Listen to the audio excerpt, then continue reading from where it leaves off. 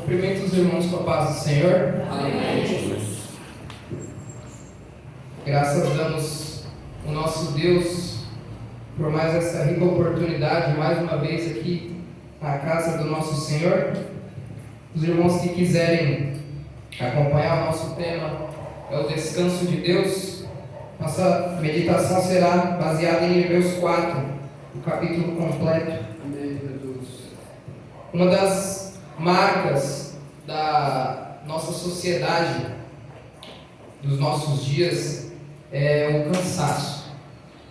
Temos tantas responsabilidades, tantas coisas a fazer, que muitos de nós acabam se esgotando, tanto mentalmente quanto fisicamente. São tantas demandas, tantas tarefas do nosso dia a dia, sejam o trabalho, sejam os estudos, sejam as contas a pagar, seja o trânsito, seja o transporte.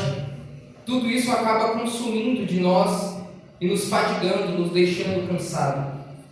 Só que nesse capítulo, o escritor aos Hebreus, ele nos apresenta uma promessa gloriosa de Deus, que há um descanso de Deus para os seus filhos. Nós vamos aprender hoje sobre esses princípios e que a sua alma, o seu corpo, o seu espírito e a sua mente possam repousar em nosso Deus e que cada um de nós possamos ter esse descanso. A partir do versículo 1 está escrito: visto que nos foi deixada a promessa de entrarmos no descanso de Deus, que nenhum de vocês pense que falhou. O convite do Senhor para levar o povo ao descanso continua válido até os dias de hoje. O desejo de Deus, ao retirar Israel do Egito, era justamente para levá-los a Canaã, uma terra que manava leite e mel. E onde finalmente ali o seu povo poderia desfrutar em paz, se desenvolver ali, habitar e prosperar em paz. Só que infelizmente a incredulidade deles os impediu de alcançar o descanso de Deus. Eles não entraram, infelizmente, nesse descanso, não porque a promessa de Deus falhou, mas porque neles faltou a fé e a perseverança de entrar nesse descanso. A promessa, ela continua válida, esse convite continua válido para todos nós. O descanso que ele fala aqui é um descanso para o povo de Deus de uma maneira geral, para todos. Mas também há um descanso particular para cada um de nós, um caminho, uma trilha para cada um de nós que Deus preparou para cada um. E é esse descanso que nós devemos nos aproximar dele para buscar o melhor de Deus para nós. No versículo 2: pois as boas novas foram pregadas também a nós, tanto quanto a eles, mas a mensagem que eles ouviram de nada lhes valeu, pois não foram acompanhadas de fé por aqueles que a ouviram. A mensagem da palavra de Deus, ela não tem mudança, não tem valor algum em nossas vidas se nós não crermos naquilo que é dito para nós, aquilo que é pregado. Não importa o quanto você ouça a palavra de Deus, não importa o quanto você estude a palavra de Deus, se você não crer na mensagem, não vai ter valor algum em sua vida. E perceba que o povo ouviu a mensagem, ouviu a direção, eles ouviram a voz de Deus. Porém, eles endureceram o seu coração e cultivaram, infelizmente, um coração perverso, um coração que acabou impedindo eles de entrar no descanso de Deus. E se você não cultivar um coração crente, um coração sensível à direção do Senhor, você também não encontrará esse descanso que há preparado para cada um de nós. E não é porque a promessa falhou ali para com aquelas pessoas, mas porque eles cultivaram um coração errado. Cultive, portanto, meus irmãos, um coração temente ao Senhor, com fé e sensível a ouvir a direção que Deus tem para cada um de vocês. Versículo 3: porque nós, os que temos crido, entramos naquele descanso, conforme Deus disse. Versículo 6: portanto, restam alguns para entrar naquele descanso, e aqueles a que anteriormente as boas obras foram pregadas não entraram, por causa da desobediência.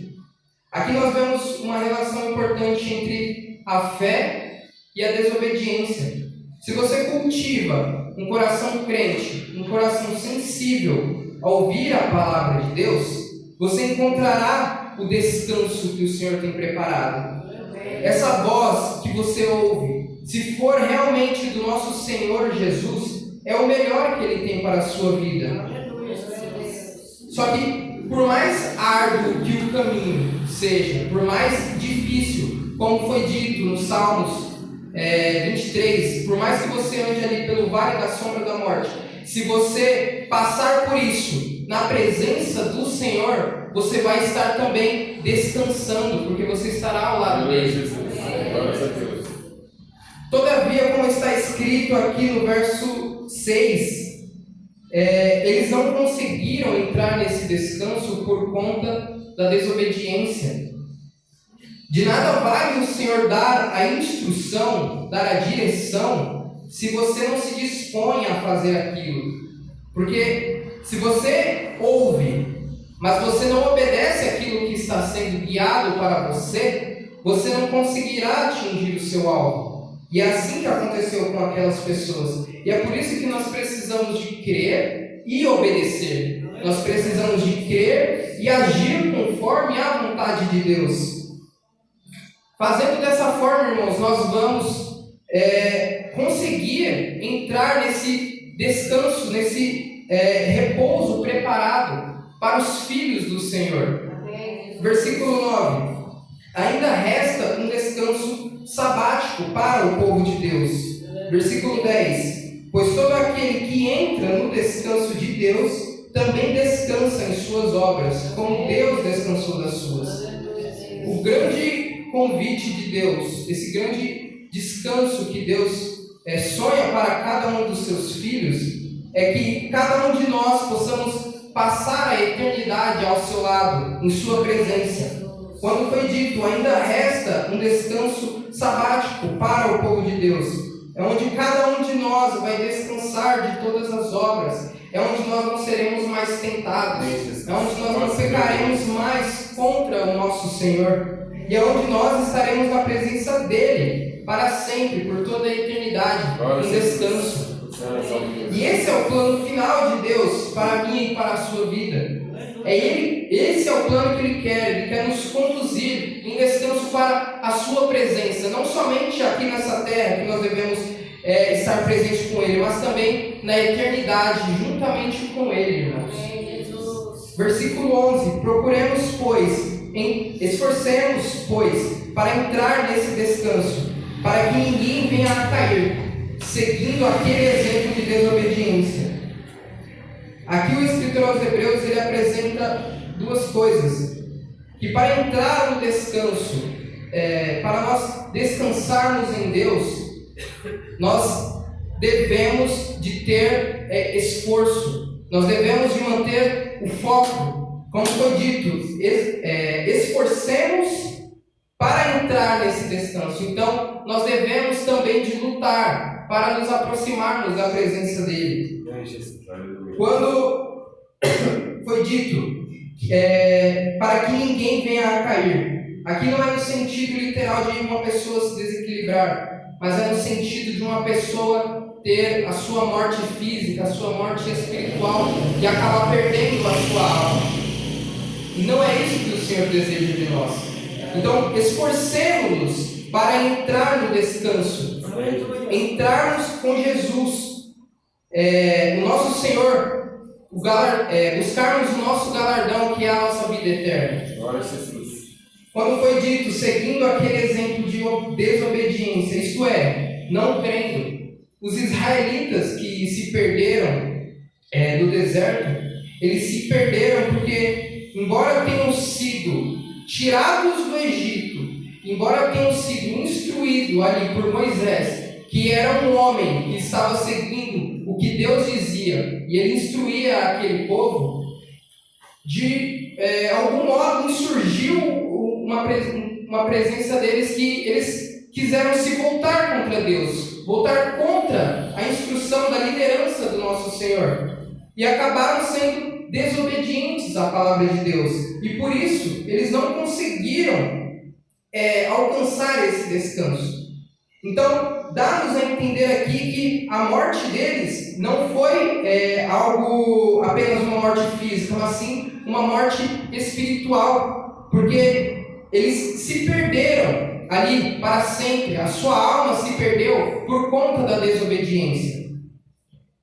Versículo 12: porque a palavra de Deus, ela é viva e eficaz, e mais penetrante do que qualquer espada de 2 gumes, e penetra até a divisão da alma e do espírito, das juntas e das medulas, e é apta para discernir os pensamentos e intenções do coração. Aleluia. Eu gosto dessa expressão, viva e eficaz, porque há muitas pessoas que são vivas, mas não são eficazes. Nem tudo que é vivo é eficaz. Há muitas pessoas que, por mais que elas tenham essa oportunidade de viver, elas não são frutíferas, elas não produzem, elas são inúteis.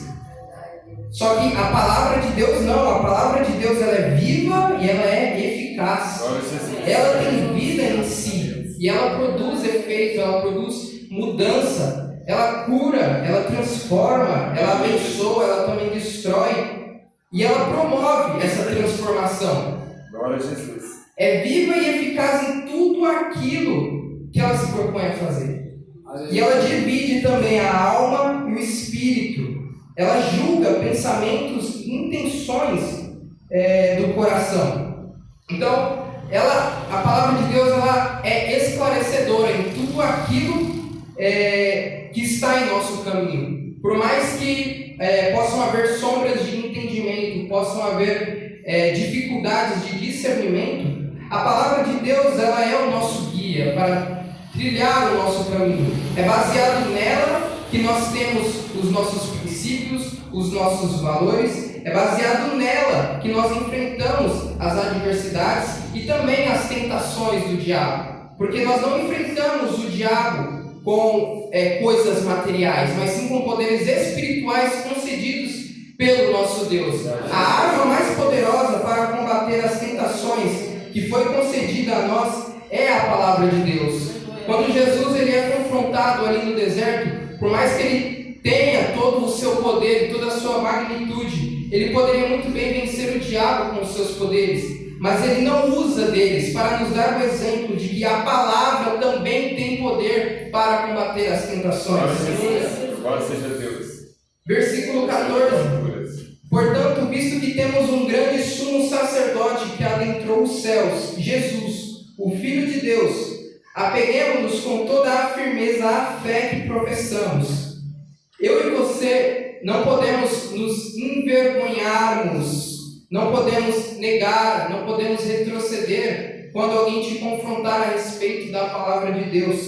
Muitos crentes na roda de amigos, seja em escola, trabalho, onde quer que seja, infelizmente se escondem e não assumem, não colocam Cristo à frente.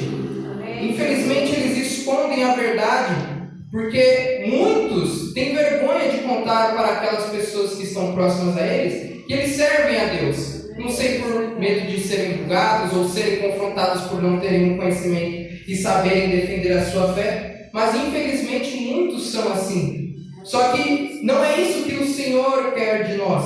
E nós precisamos, para encontrarmos esse descanso em Deus, nós precisamos da meditação da palavra.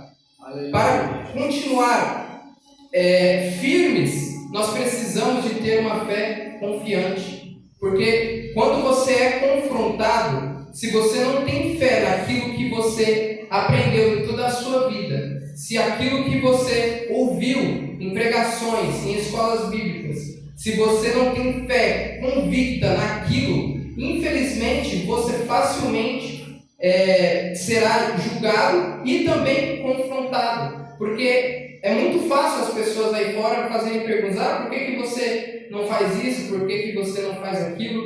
Mas se você tem um conhecimento da palavra, você facilmente consegue responder essas pessoas e muitas vezes até trazê-las, essas pessoas, até Cristo. Agora, se você não tem um conhecimento da palavra, se você não estuda a palavra, como você pode buscar almas para o Senhor? Não tem como. Assim como fez Daniel, assim como fez Sadraque, Mesaque e Abednego, eles não abdicaram de sua fé, por mais que eles fossem confrontados por seus reis ali na época. Assim como fez o profeta Jeremias, também não negou a sua fé, como fez João Batista, como fez o nosso Senhor aqui na terra, quando confrontados pelos fariseus. Nenhum destes personagens abdicou de sua fé, por mais difícil que vieram a ser as tentações. E assim também nós devemos de seguir esses exemplos. Versículo 15. Pois não temos um sumo sacerdote que não possa compadecer-se das nossas fraquezas, mas sim alguém que, como nós, passou por todo tipo de tentação, porém sem pecado. Aleluia, Jesus. O Senhor Jesus, Ele se compadece de nós, Ele conhece as nossas fraquezas, as nossas aflições, porque Ele também foi um ser humano. Ele também passou pelo que nós passamos. Só que em tudo, como foi dito, por mais que as tentações vieram, Ele não pecou. Por mais difícil que fossem ali as aflições, Jesus não pecou. Ele passou por essa terra puro. E assim nós devemos buscar essa pureza, evitar esse pecado que chama nós a todo momento para o nosso dia a dia, principalmente a respeito de pessoas. E Jesus, Ele sabe muito bem, por mais que nós tenhamos aflições e tentações, Ele sabe também distinguir o pecado do pecador. Jesus, Ele abomina completamente o pecado. Só que o pecador, ele ama e morreu para salvar e nos dar esta oportunidade de servir e sermos salvos. Então, não ignoremos este fato que a morte de Jesus foi para nos salvar. Não ignoremos este fato que o pecado é abominável. Então, Ele compadece das suas lutas, das suas dores, e Ele quer ajudar você a entrar neste descanso, a conseguir passar pelo processo. Só que é preciso, como é dito no verso 16, que nos aproximemos do trono da graça com toda a confiança. Precisamos nos aproximar do Senhor Jesus. Precisamos nos aproximar da comunhão com Ele. Quando foi dito aqui também no verso 16, para que possamos alcançar misericórdia e achar graça, a fim de sermos ajudados em tempo oportuno. O pecador, ele pode se aproximar do Senhor com confiança, porque é isso que o Senhor quer. Que os pecadores se arrependam e venham até Ele. O problema de muitos cristãos é que qualquer dificuldade, eles procuram pessoas, mas na verdade, o verdadeiro descanso nós só encontramos em uma única pessoa, que é o nosso Senhor Jesus. Amém. E é por isso que muitas pessoas acabam se frustrando, porque procuram resposta em homens, onde a única resposta nós só encontramos em Deus. Glória a Jesus. E muitos, infelizmente, acabam não sendo ajudados, acabam não amadurecendo e não crescendo, porque o homem, ele não tem a resposta, a única resposta que Jesus nos diz: eu vos deixo a minha paz e a minha paz eu vos dou. Ele é a paz, é Ele que é a tranquilidade. O nosso refúgio deve ser encontrado nele e somente nele. Então o convite do Senhor é: aproxime-se do trono da graça, para que você receba graça, força e misericórdia no momento da necessidade. Amém, meus irmãos? Essa é a palavra que eu queria trazer para os irmãos essa noite. Peço que os irmãos continuem orando ao meu favor, para que a cada dia eu possa melhorar mais e mais aqui no sermão. Amém? Louvado seja Deus.